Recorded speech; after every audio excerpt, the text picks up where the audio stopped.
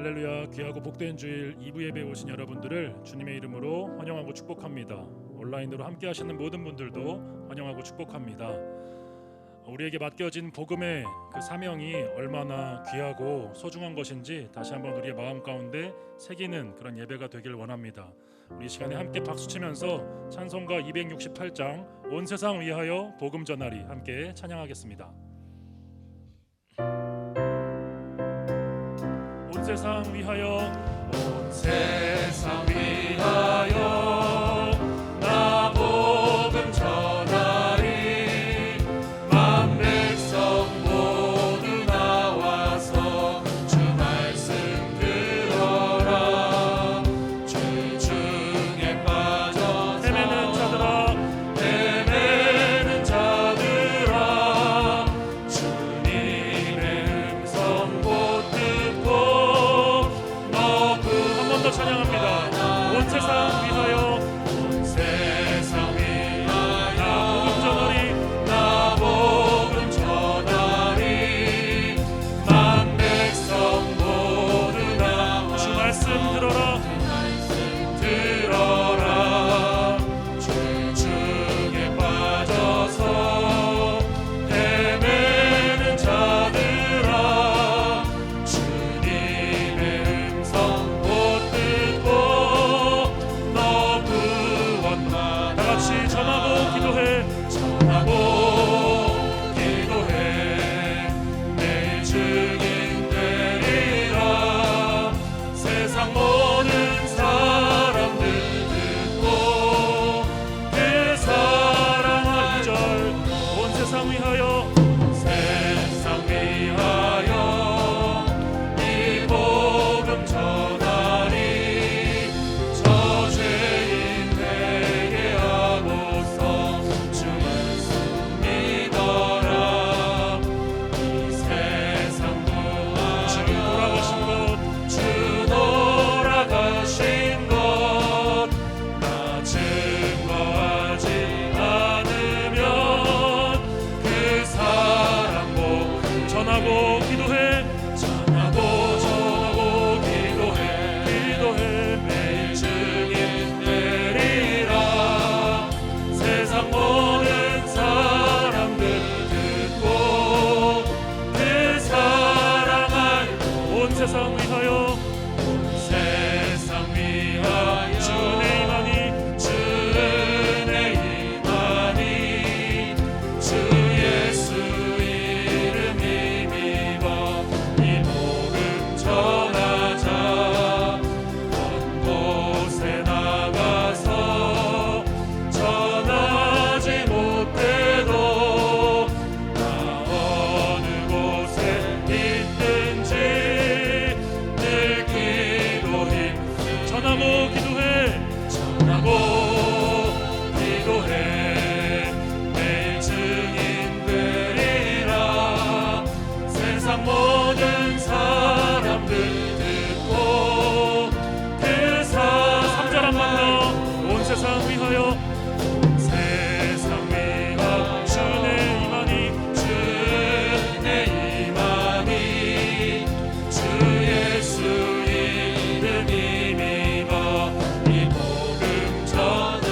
먼 곳에 나가서 전하지 못해도 나 어느 곳에 있든지 늘 기도. 다같이 전하고 기도해.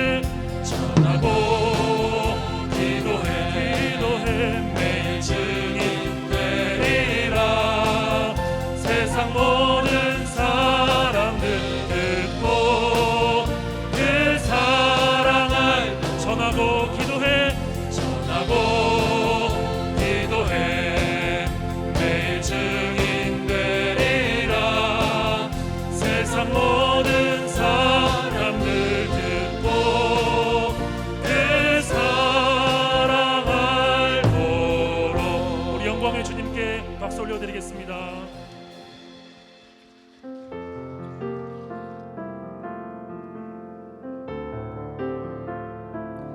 함께 가사를 묵상하며 우리의 믿음의 고백으로 함께 찬양하겠습니다. 환난 가난과 고난 환난 가난과 고난 수고로움 속에도 성도는 그 믿음을 지켰네. 주를 섬기는 일에 주를 섬기는 일에 자신을 다 드리며 진리의 말씀과 성령으로 그 길을 걸었네. 한 번 더 고백합니다. 환난 가난과 환난 가난과 고난 수고로움 속에도 성도는 그 믿음을 지켰네. 주를 섬기는 일에 주를 섬기는 일에 자신을 다 드리며 진리의 말씀과 성령으로 그 길을 걸었네. 예수 그리스도 안에서 그리스도 안에서 새롭게 하시고 그리스도로 인하여 자유케 되었네.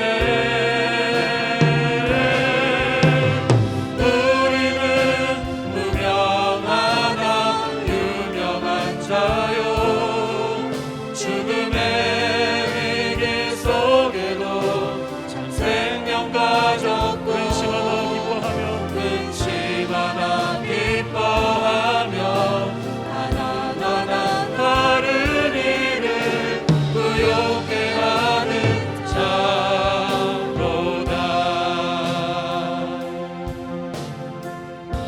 환난 가난과 고난 환난 가난과 고난 수고로움 속에도 성도는 그 믿음을 지켰네.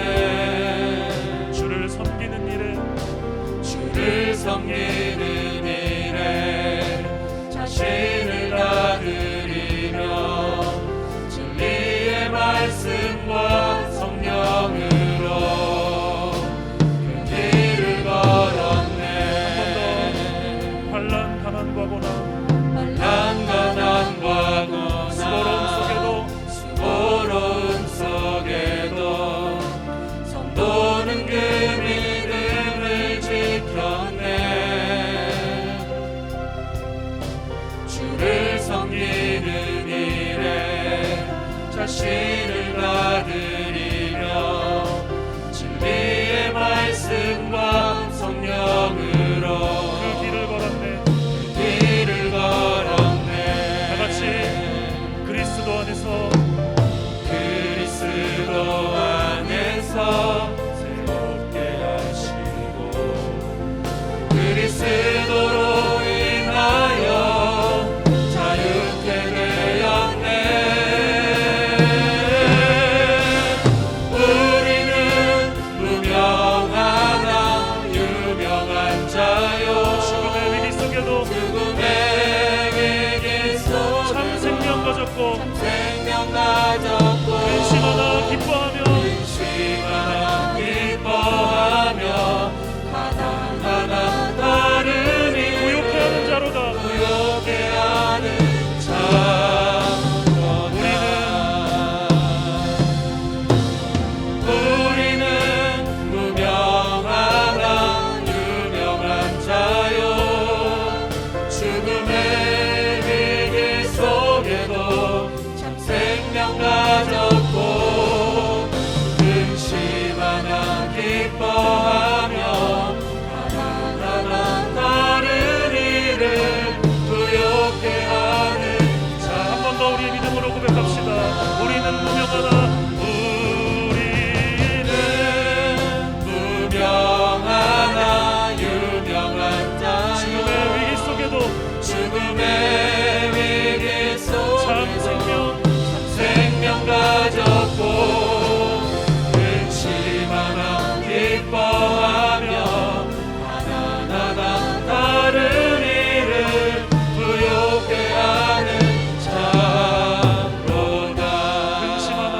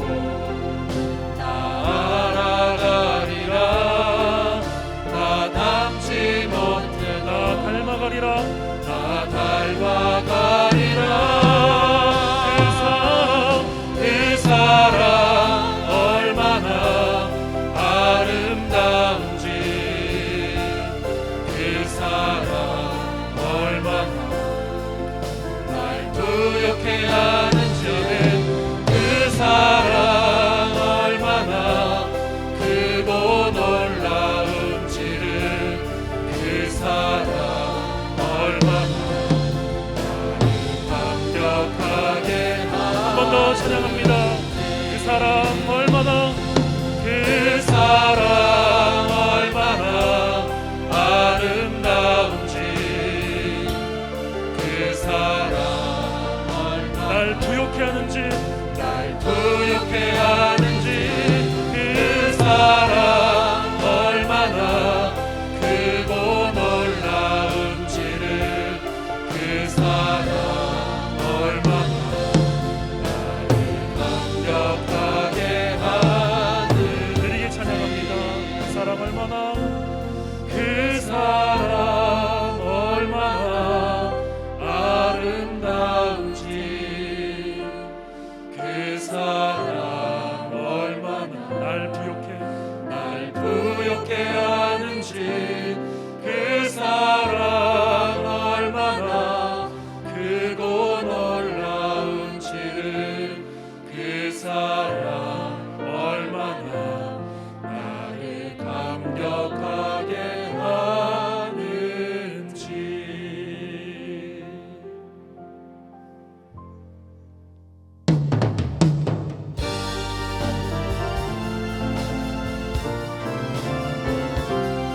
함께 선포하며 찬양합니다. 왕이신 하나님 왕이신 하나님 높임을 받으소서.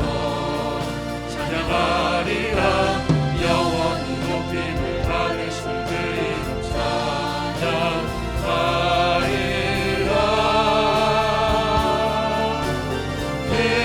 그리스도 진리로 다스리네. 기뻐하라 온 땅이여 찬양하라. 거룩하신 그 이름 높이리라. 거룩하신 그 이름 높이리라. 거룩하신 그 이름 높이리라. 아멘. 할렐루야.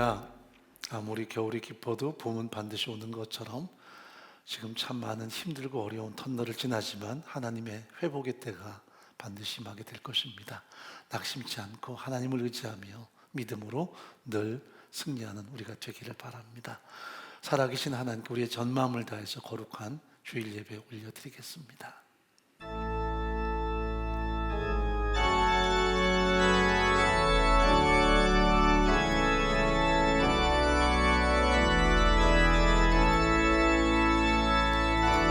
고개 들어 주를 맞이해 엎드려 경배하며 찬양. 왕의 위엄을 신령과 진정한 찬양으로 영광 돌려 만왕의 왕께. 아멘.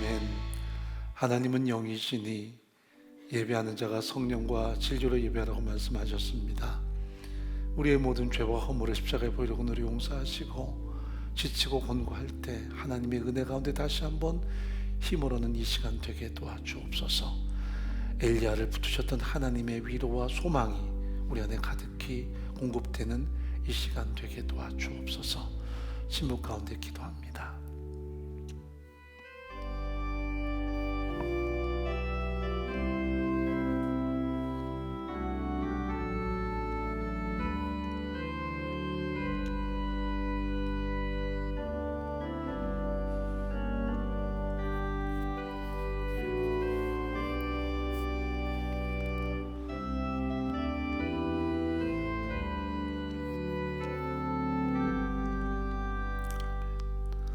사도신경으로 신앙 고백합니다. 전능하사 천지를 만드신 하나님 아버지를 내가 믿사오며 그 외아들 우리 주 예수 그리스도를 믿사오니 이는 성령으로 잉태하사 동정녀 마리아에게 나시고 본디오 빌라도에게 고난을 받으사 십자가에 못 박혀 죽으시고 장사한 지 사흘 만에 죽은 자 가운데서 다시 살아나시며 하늘에 오르사 전능하신 하나님 우편 앉아 계시다가 저리로서 산자와 죽은 자를 심판으로 오시리라. 성령을 믿사오며 거룩한 공예와 성도가 서로 교통하는 것과 죄를 사하여 주시는 것과 몸이 다시 사는 것과 영원히 사는 것을 믿사옵나이다. 아멘. 찬송가 9장 하나님께 올려드리도록 하죠.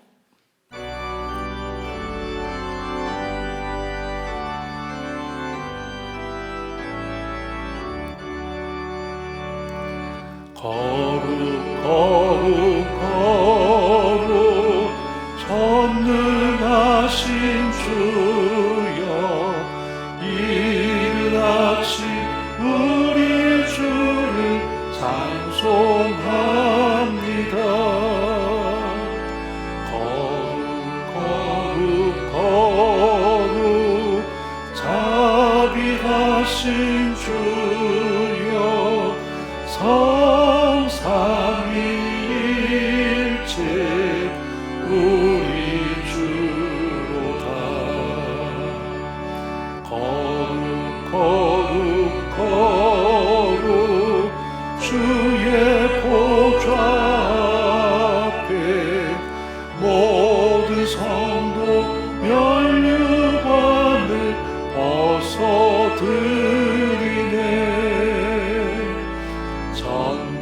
천사 모두 주께 굴복하니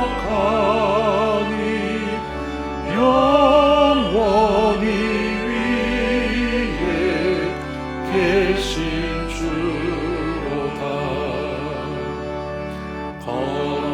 거룩 주의 빛난 영광, 모든 죄인 눈 어두워 보지 못하네. 거룩하신 이가 주님밖에 미뇨, 온전히 전능하신 주로다. 거룩 전능하신 주여, 천지 만물 모두 주를 찬송합니다.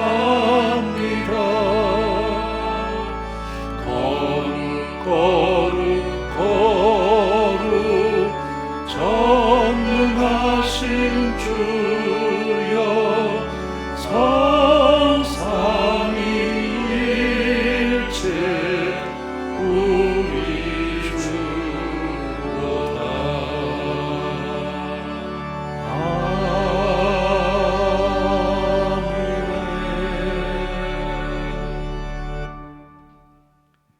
참 좋으신 하나님, 금세 끝날 줄 알았던 코로나로 인한 팬데믹이 벌써 1년을 지나고 있고, 이제는 올해 안에 완전한 종식이 될지 확신할 수 없는 어려운 시대를 살아가고 있습니다. 코로나로 인한 불평과 어려움이 이제 일상이 되고, 우리네 삶과 사회의 모든 영역에서 포스트 코로나 시대로 빠르게 변화되고 있습니다. 이러한 변화 가운데 우리의 신앙의 중심이 약해지고 무너지지 않도록 도와주시옵소서. 온라인이라는 편리함에 취해 하나님을 경외하고 갈망하는 우리의 믿음이 약해지는 것이 아니라 오히려 더 하나님을 갈망하고 우리가 드렸던 현장 예배의 기쁨과 감격을 소망하는 시간이 되게 하여 주시옵소서. 코로나로 인한 세상과 우리 삶의 변화로 인해 건강과 물질에 대한 염려와 장래 일에 대한 두려움이 커지고 있습니다. 하나님의 선하심과 인도하심을 확신하지 못하여 기도하기보다는 세상의 성공 방식에 의지하여 재물과 욕심을 채우기 위해 살았던 저희를 용서하여 주시옵소서. 이 모든 죄와 허물, 저희의 믿음 없음을 불쌍히 여기시고 용서하여 주시옵소서. 하나님, 팬데믹으로 인한 세계 경제의 침체와 방역의 어려움 가운데서도 오히려 우리나라의 경제는 더욱 성장하고 성공적인 방역으로 국가의 위상이 높아져 감을 감사합니다. 과거 다른 나라의 원조와 도움에 의지하던 이 나라가 이제는 남을 돕고 더 그가 선한 영향력을 드러낼 수 있는 것은 오직 하나님의 은혜 때문임을 고백합니다. 이 모든 부흥과 성장이 우리 믿음의 선배들의 기도와 눈물의 간구의 응답임을 감사합니다. 이제는 우리가 나라와 민족을 위해 그리고 북한을 위해 기도하기를 쉬지 않게 하여 주시옵소서. 우리의 기도를 들으시는 그 하나님께서 이 나라를 더욱 복되게 하셔서 더 크고 선한 영역을 드러내게 하시고 하나님을 경외하고 기뻐하는 이 나라와 민족 되게 하여 주시옵소서. 현장 예배가 조금씩 회복되고 있는데 모든 세대가 함께 한자리에 모여 하나님을 기뻐하고 감격하는 예배로 다시 회복되길 기도합니다. 이를 통해 우리의 다음 세대가, 전 믿음의 세대가 오직 하나님께 예배드림이 하나님을 기뻐하고 경외하는 것이 참된 복임을 다시 한번 배울 수 있게 하여 주시옵소서. 공동체 가운데 질병과 육신의 연약함으로 고통받고 있는 지체들을 위해 기도합니다. 하나님, 친히 만져주시고 치유하고 회복하여 주시옵소서. 병이 낫게 하시고 모든 문제가 해결되게 도와주시옵소서. 이 시간 말씀을 선포하시는 목사님을 위해 기도합니다. 특별히 목사님의 건강을 지켜주시옵소서. 날마다 하나님과의 친밀한 교제를 통해 새 힘을 얻게 하시고 하나님의 위로를 받으며 강건하게 하여 주시옵소서. 예배하는 저희에게 듣는 마음을 주시고 지금 들려지는 말씀을 따라 순종하게 하여 주시옵소서. 이 모든 기도를 예수님의 이름으로 기도합니다. 아멘.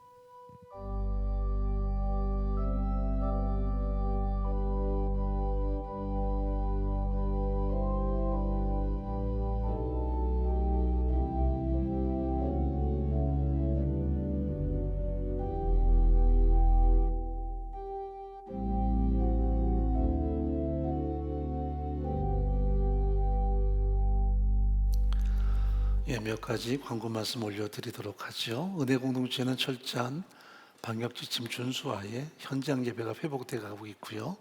아울러서 온라인 예배도 병행 중에 있습니다. 1, 2, 3, 5부는 현장과 온라인이 병행되고 1시 송도 예배당은 현장에서 영상으로 중계가 됩니다. 앞으로 조금씩 더 나아지면 예배가 급속하게 회복될 수 있도록 위해서 기도해 주시기 바랍니다. 새벽과 수요예배는 벌써 1년 가까이 우리가 온라인으로 대체하고 있습니다. 그러나 하나님의 도우심으로 현장 예배가 재개될 수 있도록 위해서 기도해 주시기 바라고요. 주일 저녁이 참 많이 아쉽습니다. 우리 전 세대가 함께하는 주일 저녁 예배가 신속하게 회복될 수 있도록 기도해 주시기 바랍니다. 온라인 순장반은 주일 오후 4시 유튜브로 진행이 될 예정이고요. 모든 사랑방은 여전히 비대면 방식으로 진행이 됩니다. 교육부서는 온라인만 가능하고요. 시간마다 온라인 예배를 드리는 우리 자녀들이 소중한 은혜 앞에 다가갈 수 있도록 잘 격려해 주시기 바랍니다. 또 우리 선생님들이 수고 많으신데 온라인 예배 끝난 다음에 온라인으로 또 동시에 각 파트별로 모임이 있습니다. 또 아이들에게 잘 훈련할 수 있도록 소중한 기회가 선용되기를 바랍니다. 새가족 모임은 각 예배 후에 새가족실에서 있습니다. 철저한 거리두기에 의해서 새가족 모임이 있기 때문에 새가족들은 참여하시기 바라고요. 드림청 온라인 동계 수련회가 27일부터 3월 1일까지 진행이 됩니다. 혼인 안내 임창섭 오다이 커플은 토요일날 11시 30분에 바로 이 자리에서 진행이 됩니다. 또 2021학년도 상반기 비전장학금 수여 또래청 김현준의 83명의 우리 청년들에게 장학금이 지급이 되겠습니다.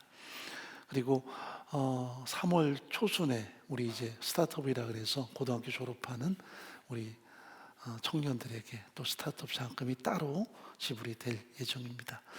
우리 다음 세대가 어려운 때에도 여전히 믿음으로 설 수 있도록 기도해 주시기 바라고요. 격려 많이 해주시기 바랍니다. 지난주에 제가 개신대학원 대학교에서 명예철학 박사 학위를 수여받았습니다. 이것은 제가 뭐 특별하게 받는 것만이 아니라 은혜 공동체가 갖는 하나의 특별한 의미가 있다고 생각이 됩니다. 학위기 내용이 참 중요한데 위 사람은 제자훈련의 이론과 프로그램을 개발하여 교회에서는 성도들을 제자훈련하고 대외적으로는 목회자들에게 제자훈련 사역을 가르쳐서 교회 성장에 크게 공헌하였고 동문으로서 목회 발전에 큰 도움을 주었으므로 명예철학 박사 학위를 수여한다. 이렇게 학위가 기록이 되어 있습니다. 감사하게 생각합니다. 부족한 사람이 은혜 공동체를 대신해서 받았습니다. 여러분의 소중한 헌신과 섬김 속에서 유일한 그 공동체가 더 아름답게 세워져 가기를 바랍니다. 이제 하나님 앞에 연보 올려드릴 때 이용우 집사님 찬양하겠습니다. 박수로 따뜻하게 맞이하도록 하죠.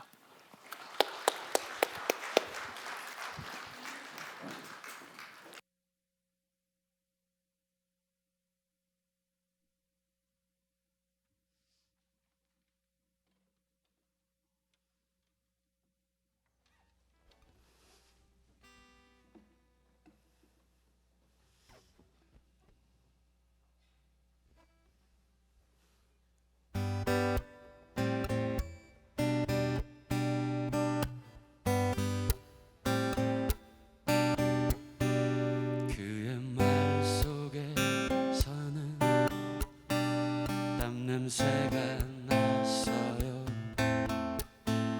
우리에게 흐르는 그딴 말이죠. 그의 말은 가깝고 우릴 닮아 있었죠. 가난한 우린 난 살결 같은 얘기 들에 핀 꽃들도 하늘을 나는 새도 길가의 돌들도 열매와 죽음까지 우리 가진 너물과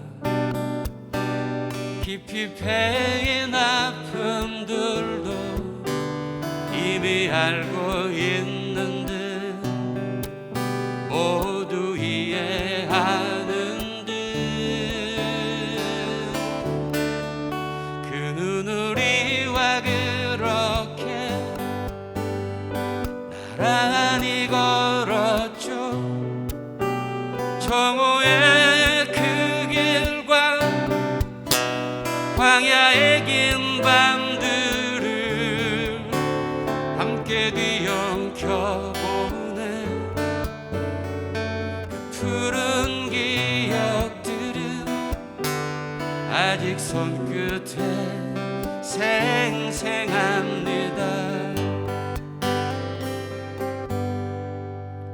우릴 지은 마늘과 스치고 또 닿으며 기어오르는 먼지 사이를 걸을 때 묻은 그분 발과 우리 발이 닿는 곳에 처음도 나중이고 나중도 처음이었죠.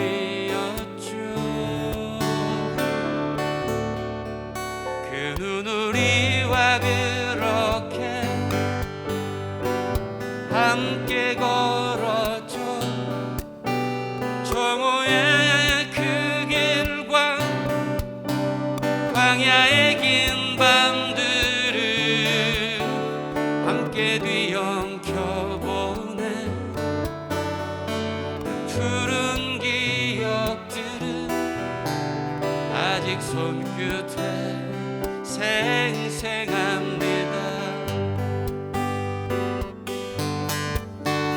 하늘은 곁이었고 땅은 하늘이었죠. 우리 발을 씻기려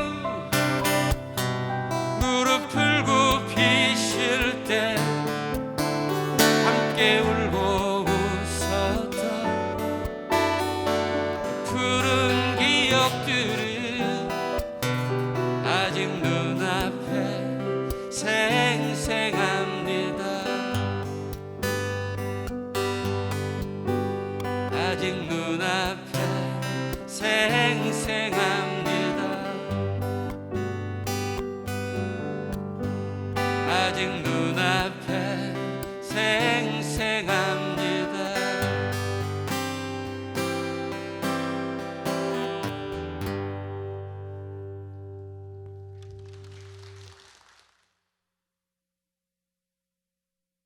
수고하셨습니다. 하나님 말씀 보도록 하죠. 사도행전 9장에서 보겠습니다. 1절 말씀부터 9절까지 교독하도록 하죠. 사울이 주의 제자들을 대하여 여전히 위협과 살기가 등등하여 대상에게 가서 다메섹 여러 회당에 갈 공문을 청하니 이는 만일 그 돌을 쫓는 사람을 만나면 물론 남녀하고 결박하여 예루살렘으로 잡아오려 함이라. 사울이 행하여 다메섹에 가까이 가더니 호련히 하늘로서 빛이 저를 둘러 비추는지라. 땅에 엎드러져 들음에 소리 있어 가라사대 사울아 사울아 네가 어찌하여 나를 핍박하느냐 하시거늘 대답하되 주여 니시오니이까 가라사대 나는 네가 핍박하는 예수라. 네가 일어나 성으로 들어가라. 행할 것을 네게 이를 자가 있느니라 하시니 같이 가던 사람들은 소리만 듣고 아무도 보지 못하여 말을 못하고 섰더라. 사울이 땅에서 일어나 눈은 떴으나 아무것도 보지 못하고 사람의 손에 끌려 다메섹으로 들어가서 함께 있습니다. 사흘 동안을 보지 못하고 식음을 전폐하니라. 아멘. 기도하겠습니다. 오직 우리의 유일한 소망 되시는 살아계신 하나님, 참 긴 터널을 지나고 있습니다마는 언제나 하나님의 은혜와 사랑을 더 바라보게 도와주시고 믿음으로 인내할 수 있도록 힘과 은혜를 더하시기를 간절히 소원합니다. 야고보서는 우리에게 믿음과 인내를 겸용해서 설명하는데 우리의 믿음이 끊임없이 인내하며 기억하며 말씀 앞에 더 다가서는 신앙으로 견고히 설 수 있도록 은총을 베풀어 주옵소서. 다양한 인생 광야에서 지치고 절망할 때마다 우리의 경험과 현실에 대한 감각으로 사는 것이 아니라 여전히 우리에게 들려주시는 하나님의 말씀을 따라 살아갈 수 있도록 인도해 주옵소서. 때로 앞이 보이지 않고 들려오는 음성도 없다면 기억하며 내게 임하셨던 하나님의 은혜와 사랑을 다시 한번 떠올리며 그 말씀 붙들고 오늘을 힘있게 걸어갈 수 있도록 저희들을 붙드시기를 간절히 소원합니다. 다양한 인생 광야의 어려움들이 있습니다. 질병 때문에, 때로는 사업 때문에, 가정의 어려움 때문에 하나님의 도우심을 구하는 그 모든 현장마다 하나님이 친히 임재하셔서 하나님의 도우심과 역사심으로 늘 굳세게 승리할 수 있도록 은총을 베풀어 주옵소서. 특히 육체의 연약함을 겪는 동역자들을 어루만져 주셔서 주의 사랑의 품으로 품어주시고 하나님의 회복과 치유의 능력으로 역사하시기를 간절히 소원합니다. 하나님께 예배하며 전념을 담은 소중한 연보 올려드립니다. 드린 손길만 은혜의 복을 베풀어 주옵소서. 하나님의 은혜로 지경을 넓혀주시고 주의 강한 손으로 도우셔서 사업과 직장과 생업과 우리의 존귀한 다음 세대가 하나님의 상급과 기쁨 될 수 있도록 은총을 더하여 주옵소서. 어려운 때에 하나님을 향한 고백과 간증이 더 가득하게 드러나게 도와주옵소서. 헌신을 드리는 모든 동역자들을 기억하시고 그 헌신의 현장마다 하나님의 은혜로 가득히 채워주옵소서. 다음 세대 위해 수고하는 모든 교사들을 기억하셔서 그들의 가르침과 수고 속에 하나님의 생명력이 늘 가득히 채워지도록 역사해 주옵소서. 해외에 있든지 군대에 있든지 병상에 있든지 이 시간 한 성령의 도우심을 따라 동일한 은혜가 가득히 채워지는 시간 되게 도와주옵소서. 우리 모두에게 하나님의 음성을 듣는 소중한 은혜의 시간 되게 도와주옵소서. 예수님의 이름으로 간절히 기도하옵나이다. 아멘. 여기 한 야망가가 있습니다. 야망의 소리를 따라서 또 세상의 가치관을 따라서 많은 크리스찬들을 잔해했던 한 야망가의 모습이 본문에 드러납니다. 그는 철저하게 야망에 자신의 마음의 문을 닫고 그리고 자신의 목적을 이루기 위해서 사람의 생명도 함부로 대하는 그런 율법주의자였습니다. 실제로 율법을 믿는다 그러면 적어도 하나님을 경외하고 사람을 향한 사랑을 선언하는 것이 진정한 율법일진데 이 사람의 삶은 그야말로 광신자였습니다. 신명기 6장에 보면 하나님께서 우리에게 주신 말씀이 있습니다. 이스라엘아 들으라. 너희 하나님 여호와는 유일하신 분이시니 마음과 뜻과 성품을 다하여 네 하나님을 사랑하라. 이것이 율법의 선언이라면 예수님께서는 거기다 하나 더 더하셨습니다. 그것은 이웃사랑이었습니다. 내 이웃을 내 몸같이 사랑하라. 그러므로 하나님을 경외하는 믿음의 사람이라면 하나님 앞에 무릎 꿇고 순복하는 삶을 살 뿐 아니라 사람을 향한 수평적인 섬김과 희생이 따라야 된다는 것을 성경은 항상 말씀합니다. 그런데 이 사람은 웬일인지 하나님을 경외한다 하면서도 사람을 향한 아주 참혹한 만행을 자행했습니다. 스데반은 주인 앞장섰고요. 그것도 부족해서 수많은 믿는 사람을 잔해하기 위해서 자기의 모든 힘과 열정을 거기다 쏟아 붓습니다. 그것도 모자라서 저 다메섹까지 가서 믿는 사람을 더 체포하고 그들을 결박해서 끌어오기 위해서 지금 산헤드린에서 주는 군대를 몰고 그곳으로 가고 있는 것입니다. 이게 이 사람의 야망을 향한 집착이었습니다. 훗날 변화된 이 사람의 고백을 보면 빌립보서 3장 5절 말씀부터 한번 읽어볼까요?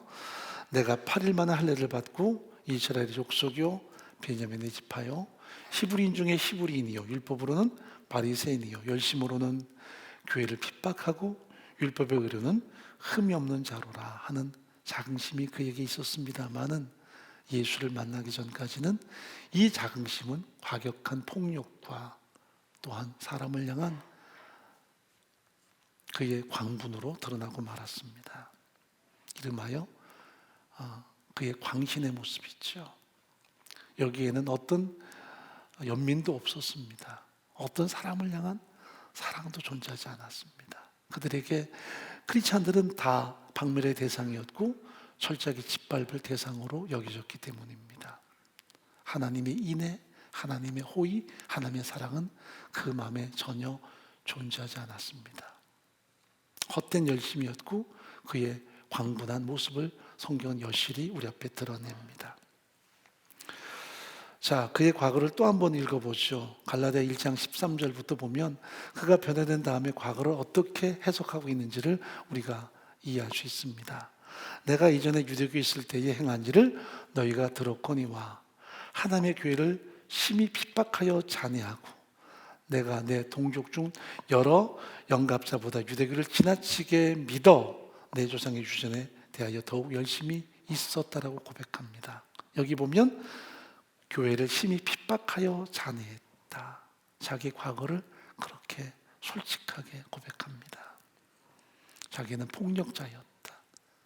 광신자였다. 이것이 자기 자신을 누군가에게 설명할 때 드러내는 솔직한 그의 고백이었습니다. 우리는 그 현장을 본문에서 발견합니다. 마치 끝장을 보려는 듯 그는 앞뒤 가리지 않고 모든 크리스천들을 잔해하기 위해서 지금 다메섹까지 서슴없이 달려가고 있습니다. 1절 말씀 읽어보죠. 사울이 주의 제자들을 대하여 여전히 위협과 살기가 등등하여 위협과 살기가 등등했습니다. 기세 등등한데 그 가슴 속에는 위협과 살기, 교회를 향한 분노뿐 아니라 한 사람 한 사람 다 어떻게든 해치겠다는 그의 잘못된 과격됨이 여실히 드러납니다. 그래서 2절 말씀 보면 다메섹 여러 회당에 갈 공문을 청하니 이는 만일 그 돌을 쫓는 사람을 만나면 물은 남녀하고 결박하여 예루살렘을 잡아오려 합니다. 그래서 혼자 가는 게 아니라 여러 명의 동지들이 함께 갑니다. 즉 산헤드린에서 파송한 종교 흔히 헌병대들이 가는 거예요. 그래서 유대인들을 거기서 결박해서 어떻게 끌어올 것인가, 그들은 길을 걸어가면서 그 모의에 열심이었을 거예요. 로마라는 나라는 전 세계를 그 당시에 점령했었는데 자기들이 점령한 나라에서 많은 포로들을 끌고 올 때 대부분 손발을 묶어서 사슬에 끼워서 끌고 오죠. 그러나 그 수가 많으면 제대로 통솔이 안 되니까 코를 뚫거나 귀를 뚫어서 거기다 또 줄을 매어 달았습니다. 그리고 끌고 오는 거예요. 한 사람이 끌고 와도 수십 명을 끌고 올 수 있으니까요. 그렇다면 사울이 행할 어떤 만행에 대해서는 우리가 상상하기가 좀 끔찍합니다. 코를 끼웠을까? 귀를 뚫었을까? 그들은 걸어가면서 그런 나름대로 생각을 하면서 수많은 믿음의 사람을 결박하면 어떻게 끌고 올까를 고심했을 거예요. 많이 잡으면 자기들이 그 크리스찬들을 끌고 오면서 어떻게 그들을 압박할까, 그들을 짓밟을까, 이것이 그들의 생각이었습니다. 얼마나 악합니까? 얼마나 잔인합니까? 자기의 야망 때문에, 자기가 믿는 나름대로의 신념 때문에 수많은 사람을 향한 그 생각들은 인간 이하의 상식으로 이해할 수 없는 그런 가치관이었습니다. 그런데도 하나님께 열심이었다고요. 그가 율법주의자라는 이 말이 사실은 부끄러운 이야기 아닙니까? 율법은 그런 게 아니잖아요. 하나님을 경외하고 인간을 사랑하는 것이 율법이라면 그들은 율법주의하면서도 동시에 율법을 철저하게 짓밟는 만행 그리고 광신자들이었습니다. 지금 그 현장이 본문에 드러납니다. 그런데 3절에 보면 하나님이 그의 운명 속에 직접 개입하기 시작하십니다. 만약에 하나님이 이 사람을 그저 방치해 놓았다면 어떤 삶으로 전락했을까? 희대 살인마겠죠. 살인기계로 전락했겠죠. 아마도 훗날 이 현장을 그는 기억하면서 가슴이 서늘했을 거예요. 그때 하나님이 자신에게 임하지 않았다면, 하나님의 은혜가 없었다면 나는 어떤 존재가 됐을 것인가. 그렇게 함부로 살면서도, 그렇게 만행을 저지르면서도 그것이 옳다 여기는 이 자체가 위험한 거거든요. 그게 어떻게 옳은 것입니까? 사람의 생명을 진멸하고 그들을 짓밟는 것이 어떻게 옳은 것입니까? 어떻게 정당화 될 수 있는 거겠습니까? 스데반을 죽이는데 그는 앞장섰습니다. 뿐만 아니라 예루살렘을 철저하게 짓밟았습니다. 많은 사람을 옥에 넘겨주었습니다. 이미 여러 사람이 죽는데 그는 자신의 에너지를 사용했습니다. 그런데 그것이 어떻게 합당한 것이겠습니까? 그는 지금도 깨닫지 못한 채 다메섹으로 그 열심을 동원해서 달려갑니다. 그때에 하나님이 그의 삶 속에 운명적으로 개입하기 시작하십니다. 3절 말씀 읽어볼까요? 사울이 행하여 다메섹에 가까이 갔더니 호린의 할로서 빛이 저를 둘러 비추는지라. 강력한 빛이 임했습니다. 그 빛 때문에 그는 널브러집니다. 땅에 엎드러져서 들음에 소리 있어 가라사대 사울아 사울아 네가 어찌 나를 핍박하느냐 하시거늘 하는 음성도 있었습니다. 주님의 임재가 그의 삶 속 운명처럼 다가온 것입니다. 강한 빛 그리고 들려오는 음성이 있었습니다. 성경을 보면 하나님이 사람을 부르세요. 범죄한 아담을 하나님이 부르세요. 아담아 아담아 네가 어디 있느냐. 그 부르심에 그가 만일 응답했다면, 자신의 죄를 깨닫고 하나님께 철저하게 토설하며 철저하게 돌이켰다면 어땠을까? 그러다 그는 자기를 은폐합니다. 하나님께 도리어 항변합니다. 그 결과 인간의 죄는 이렇게 무섭게 모든 인류의 생명 속에 파급되기 시작한 것입니다. 하나님이 아브라함도 부르셨습니다. 그를 저 갈대우르에서 부르셨고 나중에는 모리아산에서 그를 다급하게 불렀습니다. 아브라함아 아브라함아. 첫 번째 부르심은 그를 콜링하는, 소명을 주시는 장면이고, 그 모리아 땅에서 부르시는 그 부르심은 그의 믿음에 대한 하나님의 애틋한 선언이었습니다. 네가 나를 사랑하는데 네 독자 이삭도 아끼지 않는구나 하고 그를 만류하시는 부르심이었습니다. 또 모세를 향한 부르심이 있었습니다. 40년 동안 광야에서 양을 치면서 인생의 절망, 인생의 회의에 빠져있던 그 하나님의 사람 모세를 하나님이 꺼지지 않는 불꽃 앞에서 그를 부르세요. 모세야 모세야. 그것은 그에게 새로운 사명을 주시고 새로운 비전을 주시는 하나님의 임재였습니다. 엘리야가 지쳤을 때, 그가 죽기를 구할 때, 나는 내 열조보다 결코 낫지 못합니다, 차라리 죽여주십시오 할 때, 하나님은 그를 사자를 통해서 어루만지시고 힘을 주시지만 호렙산에서 그에게 친히 찾아오셨습니다. 엘리야야, 네가 왜 여기 있느냐? 예수께서 제자를 불렀습니다. 나를 따라오너라. 내가 너희를 사람을 낚는 어부를 만들어주겠다. 그런데 오늘 본문을 보면 전 뜻밖의 주님의 부르심이었습니다. 핍박자 사울을 향해서, 그것도 믿는 사람들을 잔해하고 그들을 더 어떻게든 체포해서 많은 사람에게 압박하기 위해서 달려가는 그를 향한 주님의 부르심이었습니다. 강한 빛이 맺고 그를 부르시는 음성이 있었습니다. 사실 우리가 여기 있는 것도 그 하나님의 임재와 부르심이 있었기 때문에 가능합니다. 그런데 얼마나 우리가 기억하고 삽니까? 우리가 돌아보면 그런 현장이 한 번쯤은 존재할 겁니다. 이 내 어두운 영혼 속에 진리의 빛을 비추셔서 깨닫고 믿게 하셔서 하나님의 주권을 깨닫게 하시고 믿게 하시고 그분의 아버지 되심을 고백하게 하시고 십자가에서 나 위에 죽으신 예수가 나의 구원자이심을 믿게 하시는 그 현장이 분명히 존재했다면 언젠가 내 영혼 속에 그 진리의 빛이 만 것입니다. 그리고 그 음성이 들려진 것입니다. 우리가 얼만큼 기억하고 삽니까? 우리가 수십 년 믿었다면 지금까지 얼만큼 그 현장을 기억하고 또 기억하고 살아왔습니까? 또 그렇게 살고 있습니까?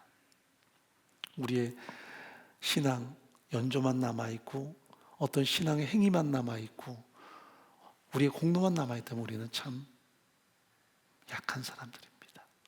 기억하고 살아야만 합니다. 그래서 신명기에서 하나님은 그렇게도 당신의 백성들에게 기억하라, 기억하라, 기억하라 말씀하신 듯합니다. 기억하지 않으면 우리는 금방 현실과 타협하기 쉽고 하나님과 도외시되기 쉬운 그런 존재이기 때문입니다.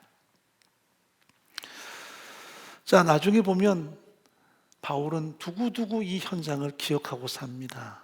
핍박을 당할 때도 기억하고 살고요. 그리고 훗날 누군가 앞에서 복음을 증거할 때도 시간만 되면 이 기가 막힌 현실을 그들 앞에 드러냈습니다. 특히 자기를 핍박하는 수많은 사람들, 여러분이 나를 핍박하는 것은 예수를 알지 못하기 때문입니다. 나도 예전에 여러분과 똑같은 모습이었습니다. 여러분처럼 그렇게 광신자였고 여러분처럼 그렇게 극렬한 대적자였는데 내게 은혜의 빛이 비춰서 내가 변화된 것입니다. 그러니 여러분에게도 그 하나님의 진리의 빛이 비추기를 바란다는 마음으로 복음을 전하는데 그때마다 오늘 이 현장을 그는 드러냈습니다. 이것을 간증이라고 말하죠. 그런데 그 간증이 시간이 갈수록 더해지지 않습니다. 여러분, 간증이 참 소중한데 위험한 게 뭐냐면 그 간증이 정확해야 되는데 회를 거듭할수록 자꾸 간증이 부풀려지거나 눈덩이를 굴리듯이 자꾸 커져요. 그리고 본질이 희석될 위험성이 많습니다. 은혜만 남아야 되는데 은혜보다는 자신의 공로와 자신의 열심이 남는다면 그것은 간증이 아닌 자기 자랑이 될 수 있어요. 그런데 간증은 해를 거듭할수록 이게 그렇게 커져요. 진정한 고백은 아무리 시간이 지나도 그 현장과 다르질 않습니다. 거기에 자신의 공로가 개입되거나 그것이 더 가해지지 않습니다. 자, 사도행전 22장 3절 한번 읽어볼까요?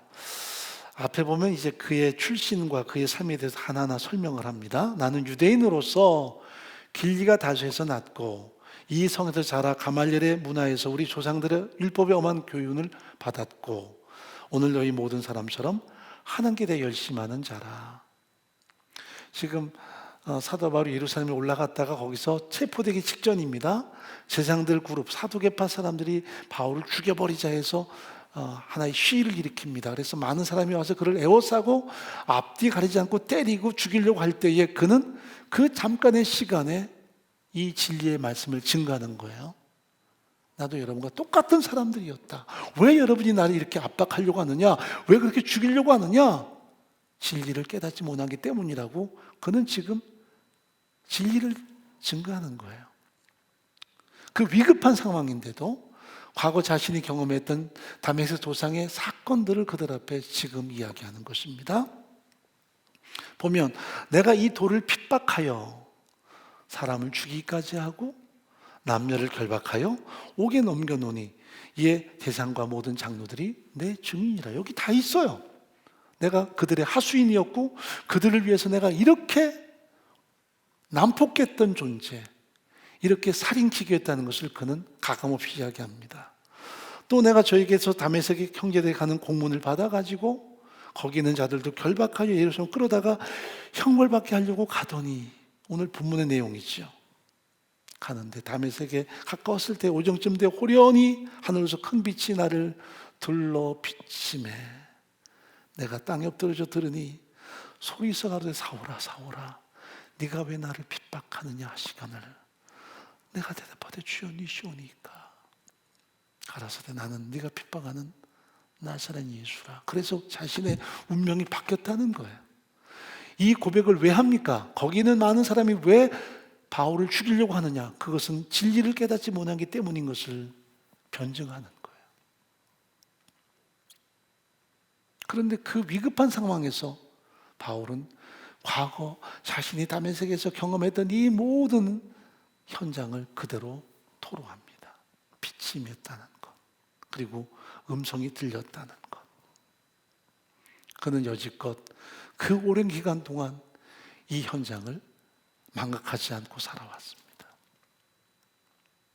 얼마나 많은 사람에게 복음을 증거했습니까? 얼마나 많은 역사를 드러냈습니까? 그런데도 그런 자신이 일군 성과나 자신의 능력이 아니라 나도 똑같은 핍박자였고 나도 대적자였는데 나도 광폭자였고 나도 살인마였는데 하나님의 빛이 맺고 진리의 음성이 들려서 내가 변화됐다는 것을 그는 진솔하게 고백하는 거예요.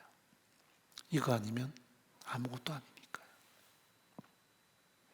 여러분, 내가 여기 어떻게 존재합니까? 집안이 믿음이 좋아서요? 그럴수록 우리는 위험해요. 그게 공로니까요. 그건 또 다른 은혜일 뿐이지 그게 자격 조건은 아니에요. 우리는 은혜예요. 하나님의 은혜 아니면 아무것도 아니에요. 내가 수십 년 잘 믿었다고요? 하루아침에 무너져요.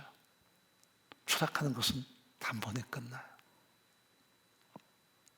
수십 년 믿음의 다름질을 잘했어도 무너지는 것은 단 한순간에, 그래서 인생이 하루아침에 몰락해버리고 말아요. 수십 년 믿음으로 살아왔다면 그것도 은혜지 우리 자랑할 것이 아무것도 없어요. 여전히 은혜예요. 하나님의 은혜가 나를 지금까지 존재케 했다는 것을 끊임없이 기억하지 않으면 인생은 하루아침에 소멸해버리고 말아요. 바울이 지금 청중들 앞에서 핍박을 당할 때 화시할 것도 많을 텐데 왜 과거 자신이 다메섹에서 경험했던 그 빛과 음성에 대해서 이야기할까? 자기도 그 현장이 아니었다면 자기 향해서 돌을 던지는 그 사람과 다를 바가 없었기 때문이에요. 아니, 그들보다 더 했지요. 자신이 주동자였고 자신이 더 광폭자였으니까요. 그래서 솔직하게 자신의 과거와 오늘을 드러낼 때 은혜 아니면 안 된다는 것을 토로하는 것입니다. 이것이 나중에 보면 가이사랴에서도 여지없이 드러납니다. 베스토 총독과 아그리파 왕 앞에서 그가 최후 변론을 할 때 예수님을 처음 만났던 그때보다 20년이 훨씬 더 넘은 시간임에도 불구하고 선명하게 그 기억은 그의 가슴 속에 남아 있습니다. 아그리파 2세 왕 앞에서 그가 이렇게 말합니다.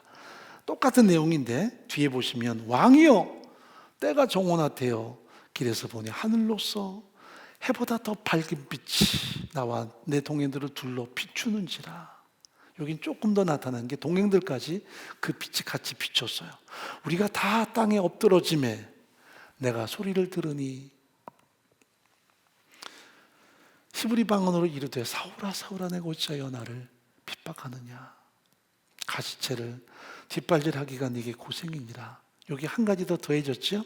그것은 핍박하는 게 결국은 자기 자신이 가시체를 차는 것 같은 형국이 될 것이라는 것을 이야기합니다.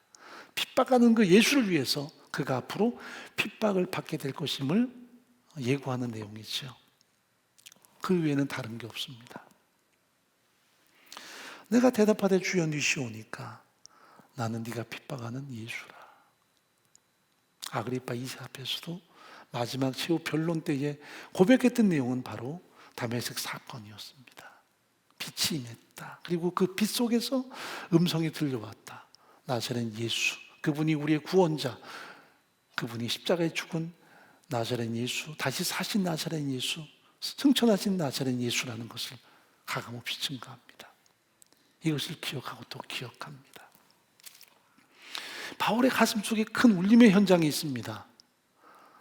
많은 간증거리가 있을 텐데 그는 시간만 되면 자신은 핍박자였다는 것, 자신은 철저하게 대적자였다는 것, 그러나 그 빛이 비춰져서 자신의 가슴에 비춰지고 그 하나님의 음성이 들려져서 자신의 삶이 이렇게 변화되기 전까지는 그는 가망이 없는 존재였다는 것을 고백합니다.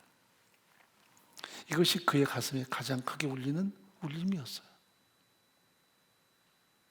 우리의 가슴에 과연 무엇이 울리고 있습니까?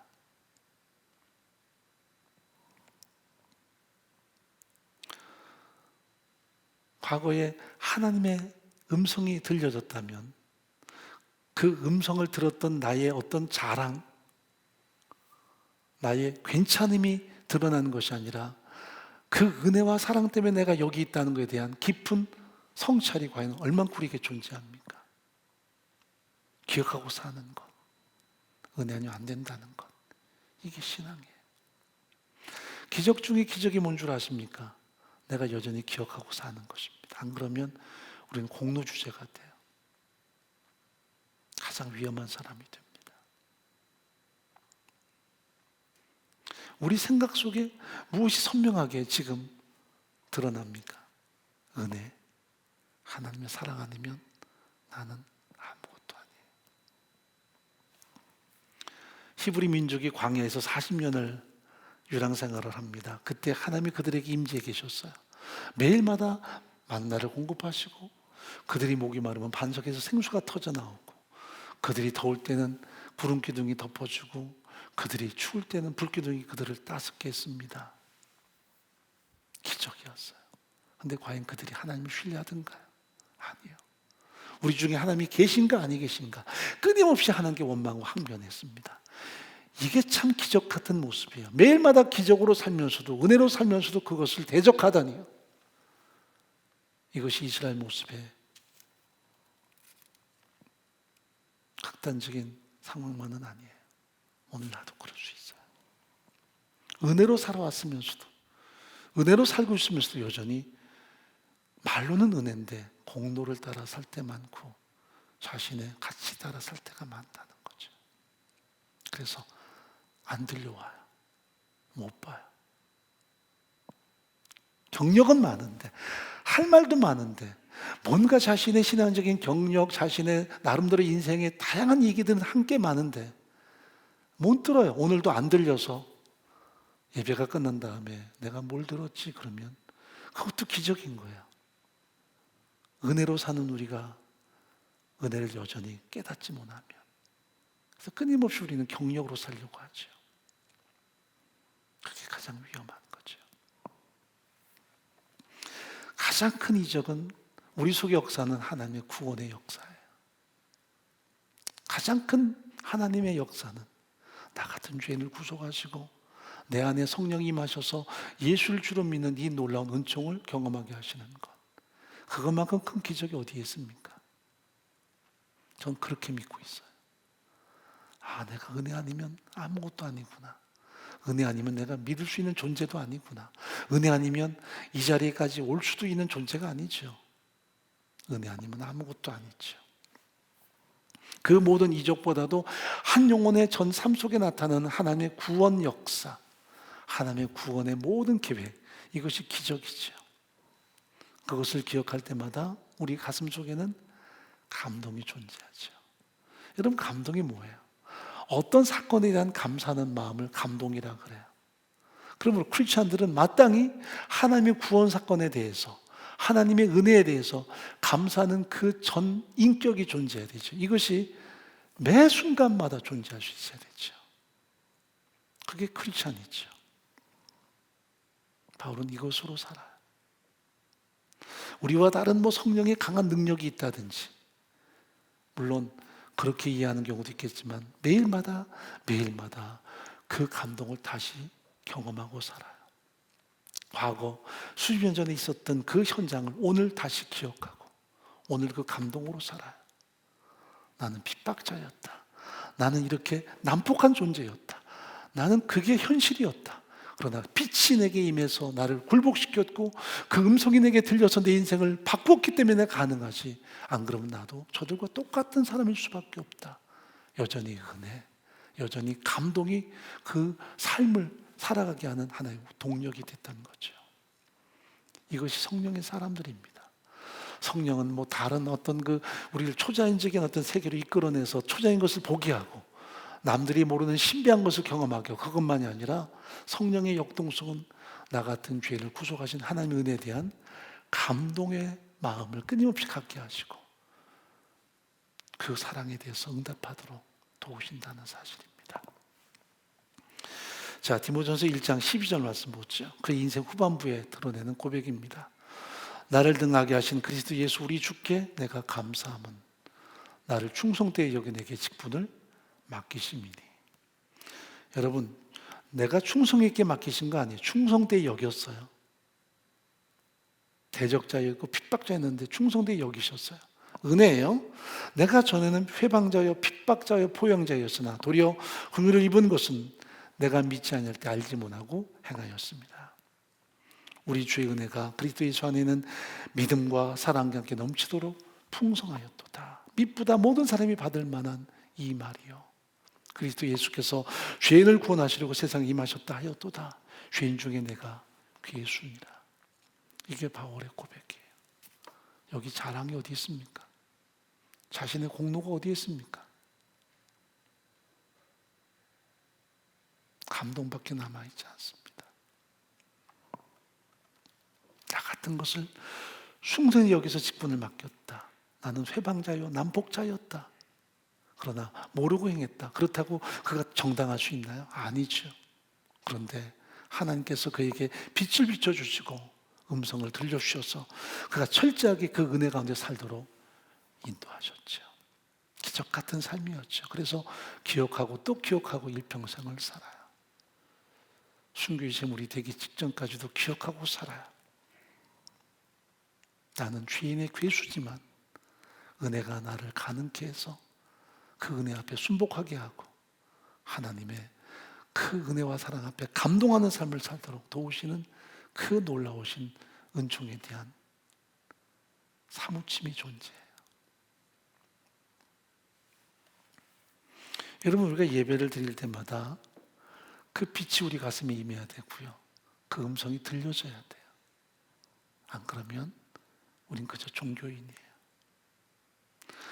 많은 사람이 기도할 때마다 예배가 회복되기 원합니다. 근데 지금도 우리에게 뭔가 빛이 비춰지고 음성이 들리지 않으면 예배가 회복된들 그것도 하나의 우리의 말장난이에요. 지금도 온라인으로 드리지만은 하나님을 사모하며 우리 속에 임하는 빛이 느껴져야 되고요. 우리 전 인격 속에 들려오는 음성이 있어야 돼요. 그걸 더 선명하게 느끼고 싶어서 예배 회복을 기대한다면 그것은 아름답지만 그냥 예배 회복이 우리의 하나의 입술의 말로만 끝나면 의미가 없어요. 우리에게도 비춰지는 빛이 있고 들려오는 음성이 있어요. 나 같은 죄인을 구속하신 하나님의 호의와 사랑, 그것을 기억하고 또 기억하고 사는 것, 그게 수십 년 전일 수도 있죠. 또 기억하고 사는 것. 아, 은혜 아니면 나는 정말 죄인의 괴수였겠구나. 당연하죠. 은혜가 나를 이렇게 철저하게 인생의 방향을 바꾸게 도우셨고 은혜 앞에 살도록 인도하셨지요. 은혜지요. 은혜지요. 은혜지요. 그런 감동의 삶, 이것이 크리스천의 진정한 삶의 모습이라는 것을 성경은 말씀합니다. 우리에게 금성이 들려와야 돼요. 여전히 성령이 우리에게 비추시는 빛을 경험해야 돼요.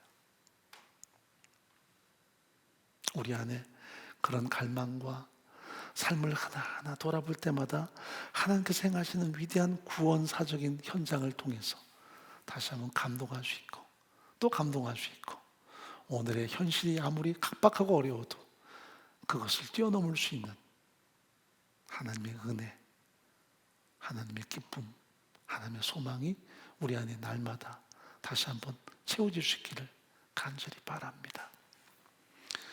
살아계신 하나님 아버지, 왜 저 같은 것을 사랑하셨는지, 제게 이런 은혜를 베푸셨는지 생각해보면 기적입니다. 믿을 수 없는 존재에게 성령이 빛을 비춰주시고 진리의 말씀을 듣게 하셔서 믿고 깨닫게 하시고 고백하게 하셨습니다. 놀라운 기적입니다. 여전히 그 성령의 도우심 따라 우리가 보게 하시고 듣게 하시고 깨닫게 하셔서 끊임없는 감동 속에 오늘을 살아낼 수 있는 힘과 능력을 공급하시기를 간절히 소원합니다. 현실이 아무리 막막하고 답답해도 나를 구속하신 하나님의 은혜와 사랑, 나를 나되게 하시는 그 하나님의 사랑에 대한 감동 때문에 매 순간 견딜 수 있고 극복할 수 있고 승리할 수 있는 우리의 신앙 되게 하시기를 간절히 소원합니다. 100년을 믿어서도 여전히 사무치는 삶, 감동하는 우리의 전 신앙 되게 도와주옵소서. 예수님의 이름으로 간절히 기도합나이다. 아멘. 우리 함께 찬양합니다. 은혜 아니면 살아갈 수가 없네.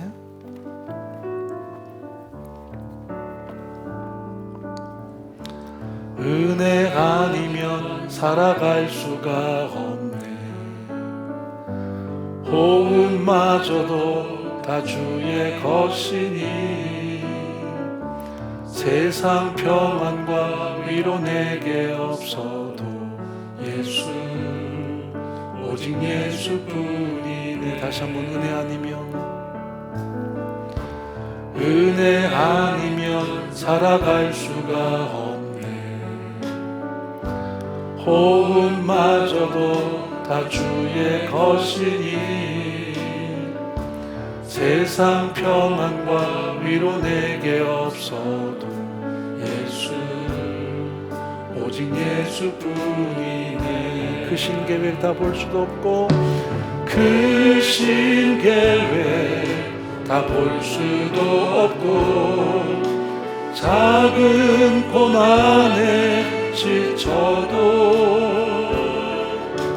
주께 묻기 나의 모든 삶 버티고 견디게 하시네. 그 신계획 다 볼 수도 없고 그 신계획 다 볼 수도 없고 작은 고난에 지쳐도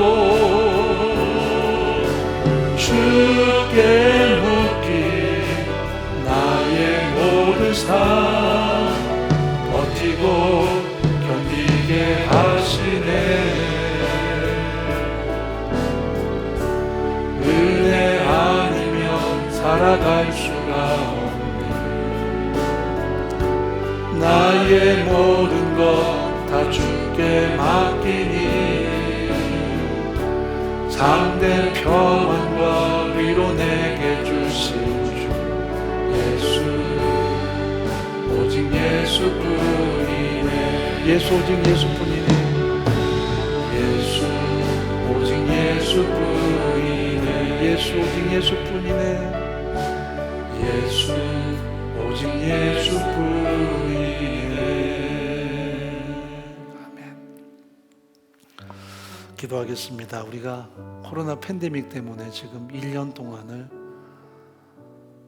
함께하지 못하는 현장을 경험합니다. 돌아보면 참 힘든 터널이었고요. 여전히 그 터널은 끝나지 않고 있습니다. 그러나 우리가 여전히 살아남아 있다면, 여전히 호흡하고 있다면 언젠가 이 시간들은 우리에게 정말 기가 막힌 고백의 현장이 되지 않겠습니까?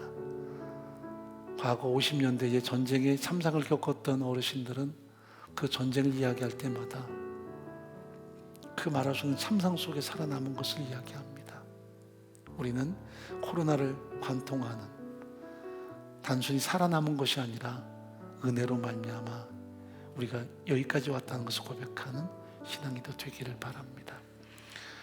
그저 기억하고 기억하는 삶, 내게 임했던 빛, 내게 임했던 음성, 우리가 얼마나 기억하고 삽니까? 근데 돌아보니 공로만 남아있더라고요. 신앙의 연조만 남아있더라고요. 아무것도 의미가 없는 것인데, 그래서 마음이 나빠졌더라고요. 황폐해졌더라고요. 굳어졌더라고요.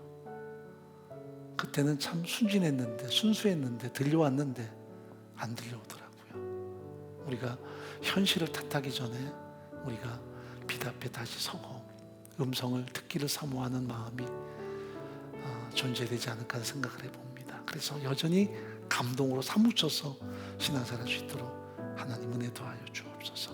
우리 잠깐 동안 한번 우리를 돌아보면서 기도하겠습니다.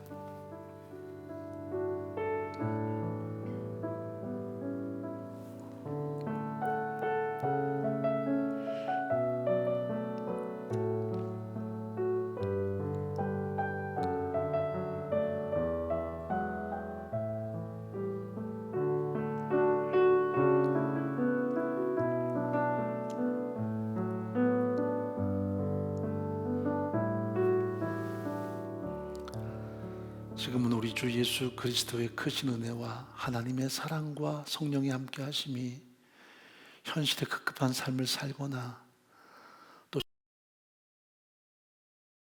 삶을 사는 것이 아닌 내게 비추었던 그 진리, 내게 들려왔던 하나님의 음성에 대한 감동으로 매 순간 기억하며 살며 그 은혜에 대한 사무침으로 살아갈 때마다 하나님의 역사와 하나님의 임재를 선포하기 원하는 사랑하는 모든 동역자들과 우리의 존귀한 다음 세대와 공동체와 우리 민족과 열방 가운데 함께 하시기를 간절히 축원하옵나이다.